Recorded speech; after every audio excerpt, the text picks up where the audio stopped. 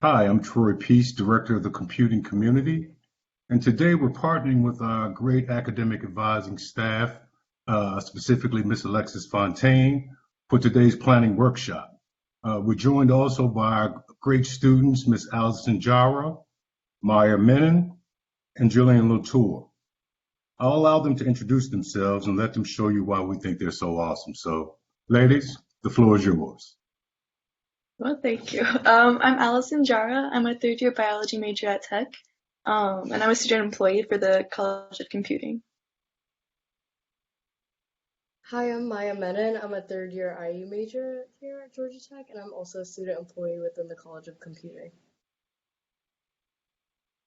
Hi, I'm Jillian Latour. I'm a third year CS major, and I have info and people threads, and I work under Troy in the College of Computing. Thank you, thank you, thank you.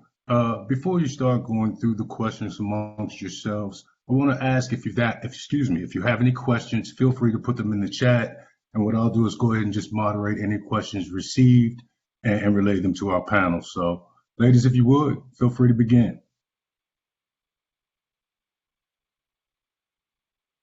You want to just go ahead and pose the questions? I don't have the questions in front of me. I know you got the questions, so you want to pose Yep. them? Sure. So the first question is, what important dates and deadlines are approaching? So today is actually a really big day for important deadlines. Withdrawal deadline is today at 4 o'clock, so in like 30 minutes. So I hope you have decided whether you want to drop your class or not. Um, and then your schedule of classes also comes out today. The grade substitution application is also due today. And then time tickets start next Thursday. So if you're like 120 plus hours, you're probably going to start next Thursday. If you're a freshman, you'll probably start the following week. And then we have about 6 more weeks of class. So congratulations on making it this far. Yay. Great. So our next question that we got is, what can I expect for the summer and fall semesters, in terms of course delivery mode? And we also got the question is, when will vaccines be available to the student body? So in terms of the courses, Tech actually released a pretty recent statement saying that they are planning on running summer courses this year, pretty similar to this semester, spring semester. So you can expect like a lot of online classes for summer. And then they have also said that they are planning on doing a full on-person return for fall, with very limited remote course options. So definitely be preparing to come back in person for fall. And then for the vaccines, you can check your eligibility for getting vaccines at the mytest.godtech website. They have like the list there, and they have like links to like the CDC recommendations as well. And you can schedule your appointment there if you are eligible to get a vaccine. I know there are like limited spots as well, so definitely just keep an eye on those. And I'm pretty sure they like send out emails as they open up more spots, so just like keep an eye on your emails if you're looking to get a vaccine soon. So our That's next great. question. Oh, sorry. No, I just want to say that I think that's great information. I don't know if anyone saw the smile on my face when you said that we'll be returning to campus on a full-time basis in the fall, because I miss you guys. So that's great news. I'm excited too. So our next question that we got was, how do I know what courses are available for summer and fall? So as Jillian mentioned, the schedule of classes came out today, or if it hasn't come out yet, it should be coming out soon. So definitely you can check on Oscar for the course listings there, and you can like see course delivery methods and plan through that. So the next question we have is, when do students usually choose threads, and when is the thread deadline for the semester? So I'd say that most students actually choose their threads their sophomore year, because by that point you've already taken like the first intro to CS classes. So by that point you can kind of gauge like what you want to concentrate your degree in and what field you want to go into. And as for the deadlines, the last opportunity to declare or change your threads before summer or fall 2021 phase one registration is Thursday, March 25th, so next week. And after this date, you can drop a thread, but you won't be able to add one until thread restrictions are lifted on Monday, April 12th by noon. So just remember those two dates, March 25th and April 12th. So the next question is, how do I know what courses to register for? So everyone has access to their degree works through Buzzport. So you can always go look through there. But if you are first or second year, it can be overwhelming because there's a ton of requirements you still have to fill and you don't know really how to go about that. So I'm going to paste a link into the chat, and it's a 4-year plan according to the threads you end up picking. So I will do that, and then Maya will add on. Yeah, I would say my advice is that it's probably best to just schedule an appointment with your advisor to figure out your 4-year plan because they know, what semester some classes are offered, some aren't, and they also know like when you can plan your summer internships and how to navigate your classes around that. And then once you figure out, your 4-year plan, then semester by semester you can use tools such as like CourseOff or other schedule planning tools to sort of figure out what your schedule of classes is that summer. And now you can actually go on to CourseOff and start planning that because the schedule of classes did just come out. So you can see what time certain classes are, how much time you have between classes, what days they're on, things like that. And Maya, if I could add, I think you gave them tremendous information. I know a lot of times students balk sometimes when you tell them to talk to their academic advisor. They feel that their roommate or their best friend knows best. No, no, no. When it's ultimately said, speak with your academic advisor at all costs, and I guarantee to save you some hardships down the road. So great information. Sorry to keep interrupting. You're just very enthusiastic, but it's so the next question is, where can I register? So you should get more, also these listed directions explicated. Oh, that made no sense. But anyways, you get a list of directions when your time ticket also comes out. It'll re-explain this. But basically, you go to Oscar, and then you go to the secure access login, and then student services and financial aid, registration, term, and then select registration status. And I literally looked up the email that told me how to do this because I don't actually remember this, and I'm almost a senior. So we will maybe make a follow-up email on that too. And then the next question is, how many hours are considered to be part-time and full-time for summer and fall? So part-time is 6 to 11 hours and full-time is 12 hours. And then less than part-time is 1 to 5 hours. But in terms of like tuition, it's actually counted differently. So make sure you understand that just because you're a part-time student, you could still be paying full-time tuition, which really sucks because I thought next semester I would have 9 hours, so I'd be a part-time student out of state, which would be awesome, but it's not. It doesn't work like that. So make sure you know that and look that up on Bursar. Tech.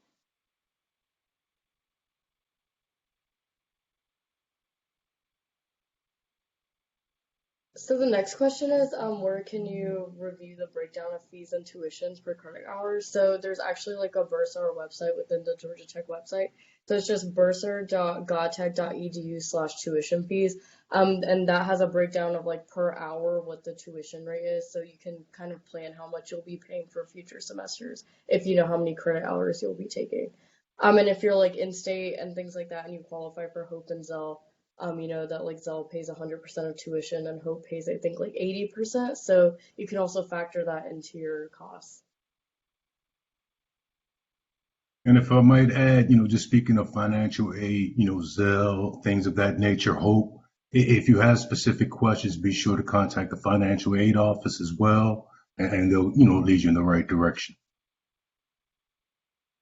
Yep. So,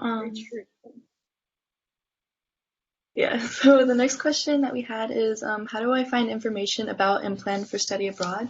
And this could include like international study for CS majors, or if you're like looking for like other just more generalized programs. One thing that I would recommend doing is if you have like a lot of questions that you want answered about like specific program, or if you're just like looking at one program like you're really interested in it, I would definitely recommend looking, if you have an Instagram, looking up GT Abroad, their Instagram, just because like during like International Week and everything, they will have a lot of posts on their Instagram that are like really helpful, and they'll just like list all these like information sessions and what times they're at and what dates they're at, and they like provide the links for like Blue Jeans calls. Like they did that a lot this semester, and I found it to be really helpful too when I was like looking at study abroad programs and trying to like figure out just more in-depth information about them. So if you're like considering it, I definitely recommend checking out their Instagram page and just trying to find that information about those sessions as well. And I think Jillian also had some really good advice for this as well.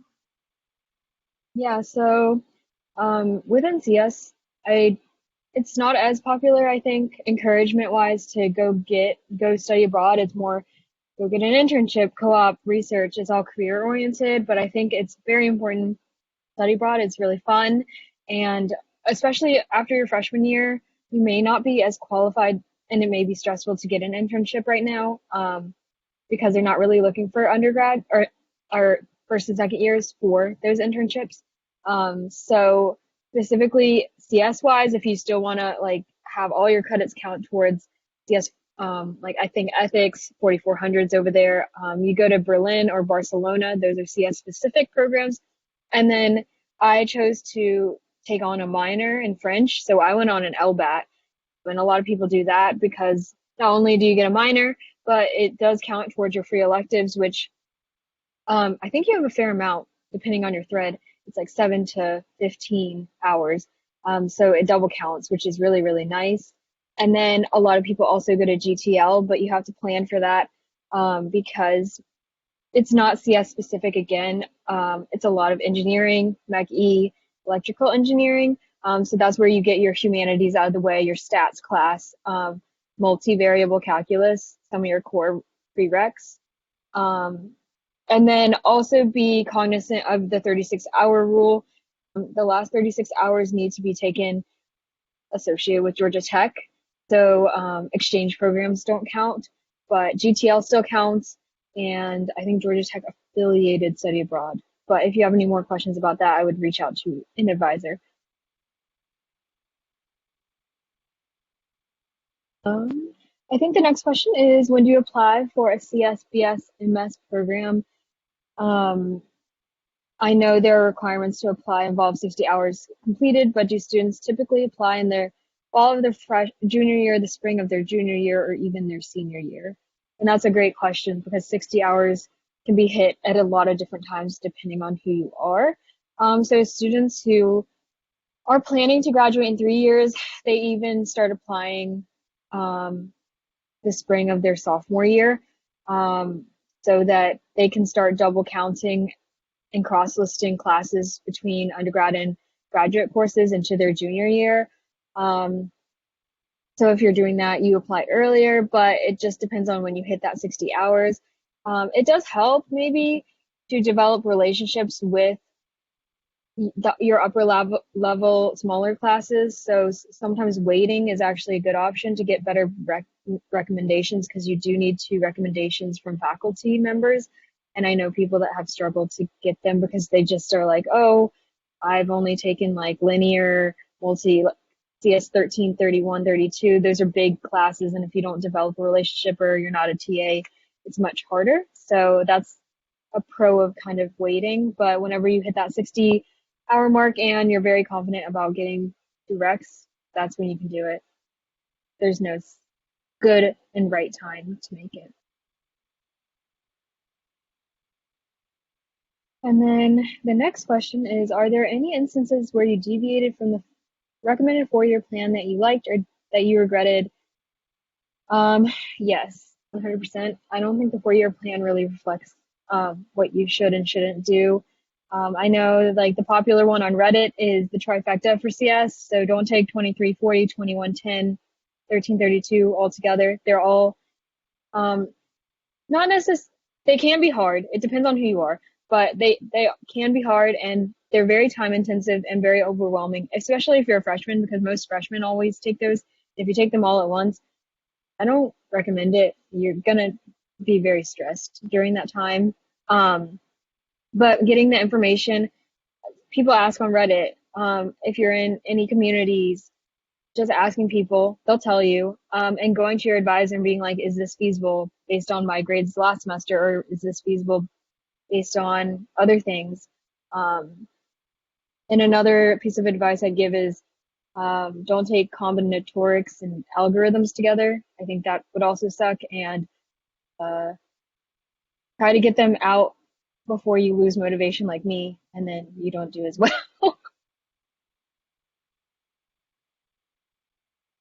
Yeah, I also like there have been times for me where I've also deviated from my 4-year plan just because like I made my 4-year plan during FACET before my freshman years, so like I wasn't like I didn't have good like sight into the future of what would really happen there. But like there will be times when like you're registering and you think you have the set plan for your schedule for the semester, but then it all gets screwed up because like all of a sudden one class is filled up and you can't get a spot. So definitely I would say like in terms of that, be prepared to deviate from the 4-year plan, and definitely have good backup plans just because like it may work out in your favor too. Like I was originally planning to do my APPH credit last semester, and like it filled up really fast. I could not get a spot, and I ended up taking like a free elective instead that I actually like really enjoyed taking. And so like I'm kind of glad it worked out that way. And now I'm taking APPH this semester. So I would say like also like don't be afraid to deviate from your 4-year plan just because like there are a lot of like interesting classes that may catch your eye, and like don't be afraid to just like try something other than like your set plan that you made, just because like these classes may not be offered again. Like I know some classes are only offered like during certain semesters, and then they may not like get enough people signing up for them the next semester, or they just don't plan to teach it again. So like don't be afraid to just like try those classes when you see them if you see something that really interests you but like was not part of your original plan.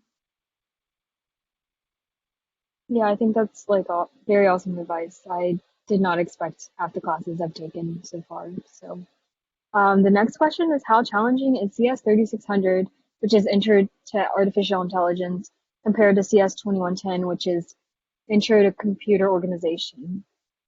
Um, Historically, I've heard that 3600 is easier and less work than 2110, but everyone has their own experiences with a class. I would note, however, that 3600 is, since it's a intelligence class, only Intel threads have to take it, so I haven't actually taken it.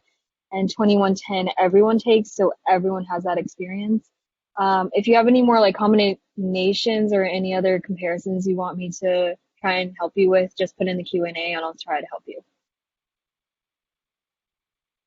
So the next question was, may students pursue any capstone options during the summer? So you can pursue your junior design options for your capstone, and this could include like options such as a project class, a VIP project, a research option, or a CreateX/I2P option.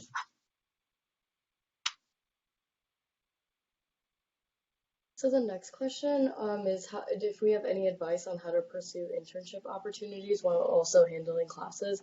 So my advice would just be to have a super light class load if you're interning full time. Most internships are like 40 hours a week, so that is considered full time. And so I'd recommend if you want to take classes while you're interning to do like no more than 6 hours. And even that can be a lot. So not taking classes isn't like the worst idea, but if you really want to, I wouldn't go like above 6 because it's really time consuming. But if you're interning like part-time, say like 20 hours a week, you could do maybe a little more like say 9 or even 12 hours with that. I'm personally like planning on interning in the fall, and with that, I don't really think I'm gonna take any classes because I just know it'll be super tiring, like working all day, and then you come back and you still have like homework to do. And I'm just not like the type of person that operates like that, but I know a lot of people do that and are able to just come back from work and then do another like full day of classes. So it really depends on what you're comfortable with. But just make sure you're not overworking yourself and that you know what the load of the class is before you sign up for it. Yeah, I agree with Maya. I would definitely take a lighter spring or lighter fall and try and just load your spring up. And then also, I would recommend taking classes that complement whatever you're interviewing for. So if you are doing like trying to get a SWE internship, then trying to have classes that actively code, even if it's not in the programming language you're going to do for coding challenges, it's still going to make you think how you need to. Or if you're doing product management, maybe a business class if you want or can fit it in, and then always taking a break because you will get an internship out of this semester. It's like we have a lot of, we're very career oriented and very much recruited out of tech. Yeah. So our next question was, how are you preparing for the upcoming semesters? So for me personally, I'm just trying to like, since we're planning on coming back in person for the fall, I'm planning on just like making sure everything's set in order for that, like making sure I have like my housing all figured out and everything, and also just trying to get my class schedule together. Also, like I'm trying to like make sure my research is all set and stable for returning to it in the fall as well, and trying to create like backup plans in case for some reason something doesn't work out. Also, like one thing I would advise when you're like planning ahead for your future semesters, um, like don't wait until the last minute to do something that like is really seems really interesting to you. Just because like as we've seen from like the last year, like something may happen that just like totally like messes that up, and then you may not get another chance to do it again. So this might include like trying out a club that you're really interested in, or just like studying abroad. Um, Definitely like start looking into it now, just so that you can be prepared for the future and any future events that may happen too. So. I second everything that Allison said, and like again, Tech already sent us an email saying that pretty much all of fall 2021 will be full like campus operations in person, kind of very similar to how it was in 2019. So personally, I've like figured out my housing for next year. I've already started looking at the schedule of classes. As I mentioned earlier, I'm trying to get a fall internship, so I will sign up for classes, but if I do get an internship, I'll probably just drop all of them and take that semester off to work. And just in general, like make sure you're planning your schedule now and you have like a lot of backups, because a lot of times you'll have like the perfect schedule, and then you'll get your time ticket and you'll get to your registration and you'll realize every single class is filled up. So just make sure you have like multiple backups of classes you can take, because it usually won't work out, especially if you're like a freshman or sophomore and you have a later time ticket. Most of the classes you're trying to get will already be full. So just make sure you're not like stressed in the moment. Like in the moment, if you see that there's a class full, just make sure you have a backup already on hand. And if there's no other questions, I think that's about it for us. Thank you guys so much for your time. We will be sending you guys a satisfaction survey to your emails. So please be on the lookout for that and fill it out. But thank you so much. Thank you, ladies. Know that I appreciate it. Uh, in closing, if there are no questions, I just want to thank the leader of academic advising, Mr. Rhett Joseph, for allowing us to partner with her staff and to present. And like I stated previously, you are proof of just the great students you have. I know that we thank you as well. I want to thank Ms. Alexis Fontaine. Uh, just want to reiterate, talk to your advisors, regardless of whatever planning it is that you want to do in the future. And also, as a director of community, I want to encourage you, just take part in some of the workshops that we host. Again, we host workshops that are geared to your academic, social, and personal and career development. So take advantage of those opportunities. And like these fabulous young ladies stated to you previously, the opportunities aren't going to come and get you. So let's keep attacking. Let's keep working. The best of luck to you. And go Jackets. Take care. Hey, Troy or Yes. Alexis, there's still questions in the chat that I'm going through. Yeah, there's a lot in the Q&A, so I'm trying I'm to keep sorry. answering them as we keep going. But Okay. I think it'd be easier if I just started answering them in person. So how has Well, your that's experience fine. with CS research been? I've done wet lab research at Tech, but curious about how it compares. I don't know if the other two can speak upon research if they've done it. I personally have not. That is the one thing I have not done at Tech. I've not done research. I wish I had. But have either of you done research? So I actually just started research this semester, but it's not CS research, it's biology research. So I'm not exactly sure like what the differences are between them. But yeah, so far I have been enjoying research. Like I would say if you're interested in it, definitely just like reach out to a professor.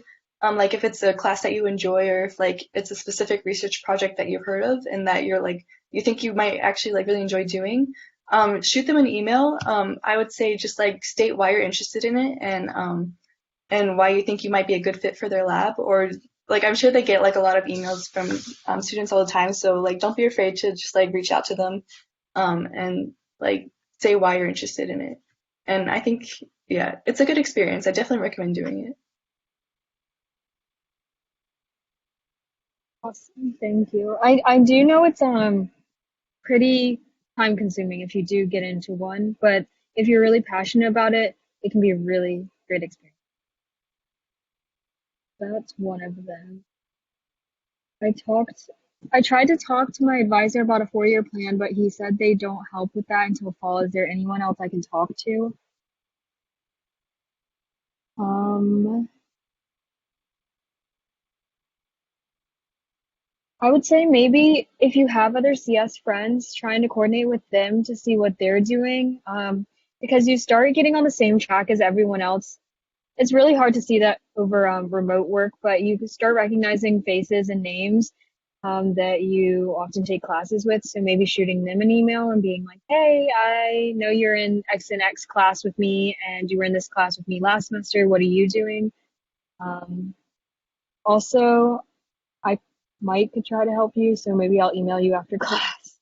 Jillian, can I ask a question? Maybe I missed something on the front. Did you state that he said the advisor did not help him with a 4-year plan?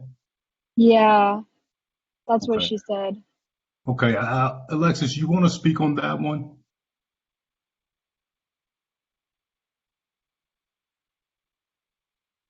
I Yeah, can't hear what I'm she's not sure. saying. Yeah, we can't hear you. You're muted.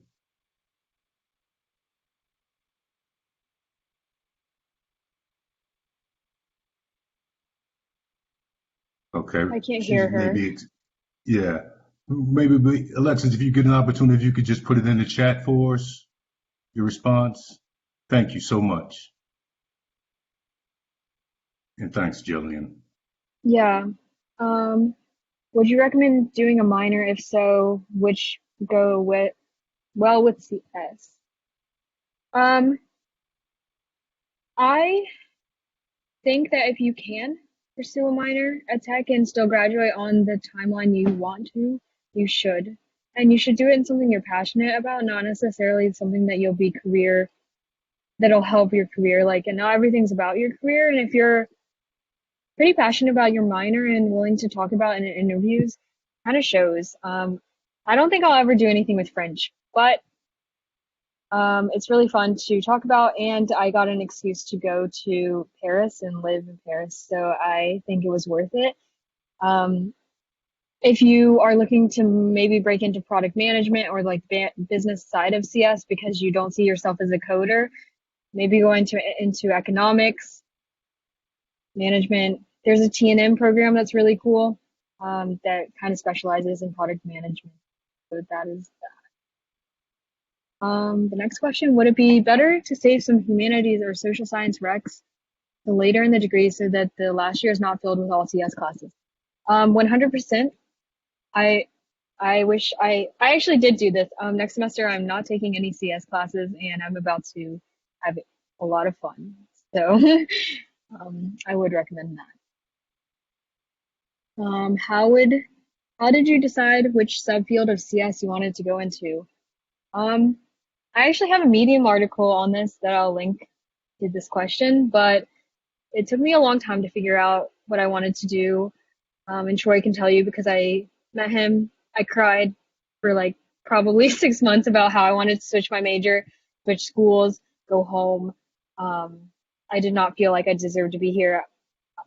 And it took a lot of exploring what different clubs and CS and non-CS. Like I did crew, I think I did formal rush for sororities, stuff like that. And then I ended up in Bits of Good, which is like my love. My baby, that's how I learned how to be a product manager. And that's kind of what I want to go into now. But that's what I did. Yeah.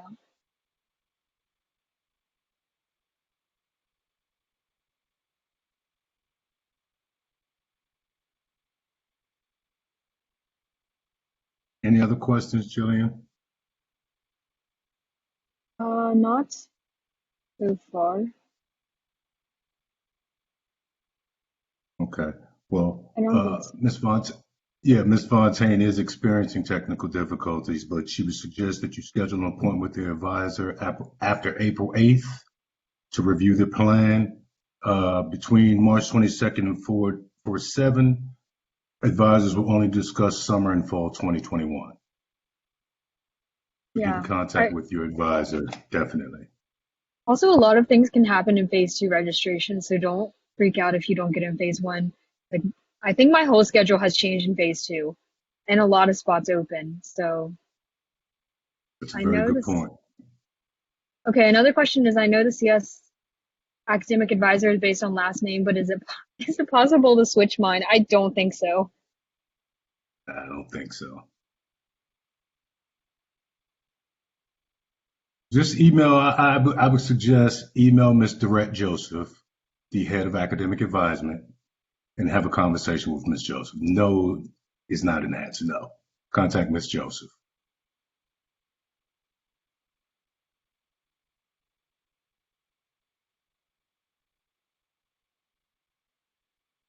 Any other questions?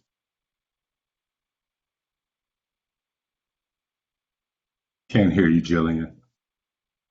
Oh, I was just gonna say that we'll wait another minute because there may be a question that someone's typing out. Okay, okay. And like I said, most importantly, just continue to take care of yourself. Remember self-care, in addition to all of these academics and all of the other things that are surrounding us and that are going on in our environment. Make sure you take care of yourselves first, because you can't take care of these academics that we're talking about and registration, all these other things moving forward if you're not functioning well. So again, keep that in mind.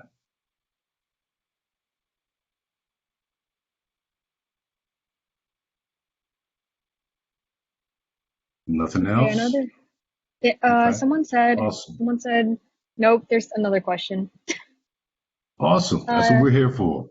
Thank you for recommending taking a lighter class in the fall, but also more coding classes since that would be good for interviews. But I thought that humanities are of lighter loads. What is your recommendation on how to spread out the classes? That is a good point. Um, I just would caution you on taking all of your humanities at once. But I would take some humanities or some of the historically easier classes that are required for CS. And you can find those on Reddit um, because personal experiences often differ. But, um, and also picking junior design is, if you're at that stage, not too bad. So you could start with junior design too. But Yeah, I would say it's always nice to have at least like one humanities classes or like some easier class like each yeah, semester just so that like you can have like a nice class just like fall back on just like if you need like a GPA booster or something like that, it's always good to have just like that one good easy class that you're not worrying too much about. And know in advance, when we say easy class, there is no quote unquote easy class in tech, but it's maybe a little easier of the classes Yeah, that you face every day. way So easier. sometimes we all need a little buffer. Yeah. So yeah, speak with your academic advisor. And like I said, ultimately you're going to make your own decisions, but they'll give you a great big picture, overall picture, and help you decide, make the best decisions for yourself. yeah. I would also say Kristen Steele over in academic career services, sorry, but career services, All right. after you talk to your advisor and going to Kristen and being like, hey, like this is kind of, because she's worked with students for years, she knows what the classes are, and being like, hey, is this feasible, or this is what my academic advisor said was feasible. Could you help me with my job search now? And being All proactive right. about that, so you're not suddenly like, oh my God, it's career fair, and then Mm-hmm. scrambling to get your Great resume fixed, advice. getting your clothes ready, um, looking for all the companies you need to look for and preparing all at the same time. Great advice. Kristen Steele and our staff, they do a great job with our career services and preparing our students. Definitely reach out to them because career fair will be here before you know it. And so will those internships and co-op opportunities. So get ready. And if that's it, check the no more incoming questions. I don't see any. Well, again, let me thank you all for joining us this afternoon, specifically our three great student panelists, Jillian, Allison, Maya. Thanks, Alexis. Thanks again to Mr. Rhett Joseph. And again, just good luck to you moving forward and reach out to those resources that we've mentioned previously if you need assistance. Reach out if you don't need assistance, all right? Know that we miss you. Good luck moving forward. Take care. Bye-bye. Thank you.